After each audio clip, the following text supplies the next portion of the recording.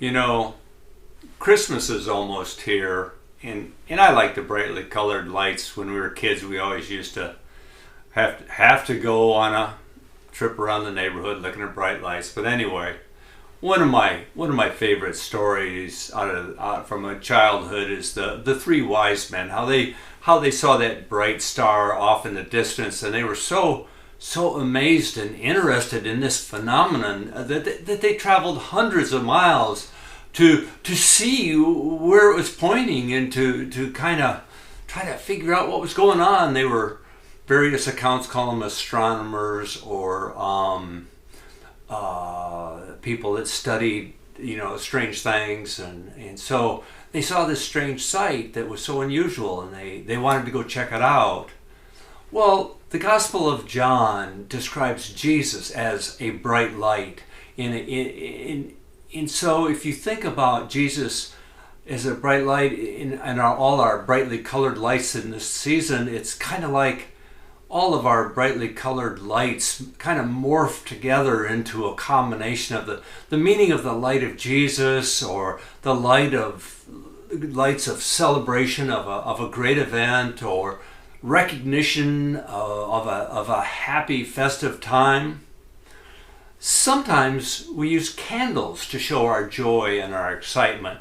And one of the traditions in the church is use 4 candles for the 4 weeks before Christmas Day to kind of get our mind on track with the true meaning of Christmas. And each one of these candles has a special meaning that kind of pulls out that particular aspect of Jesus.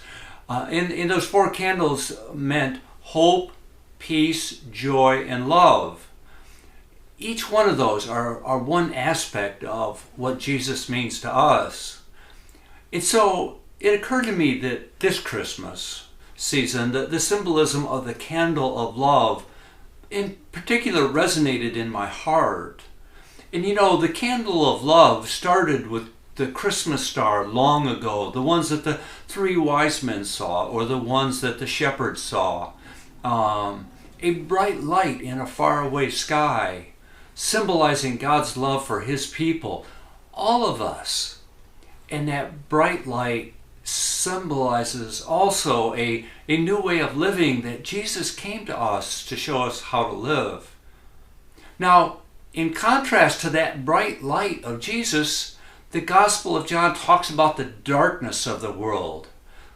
The world with values like might is right, or me first, or more.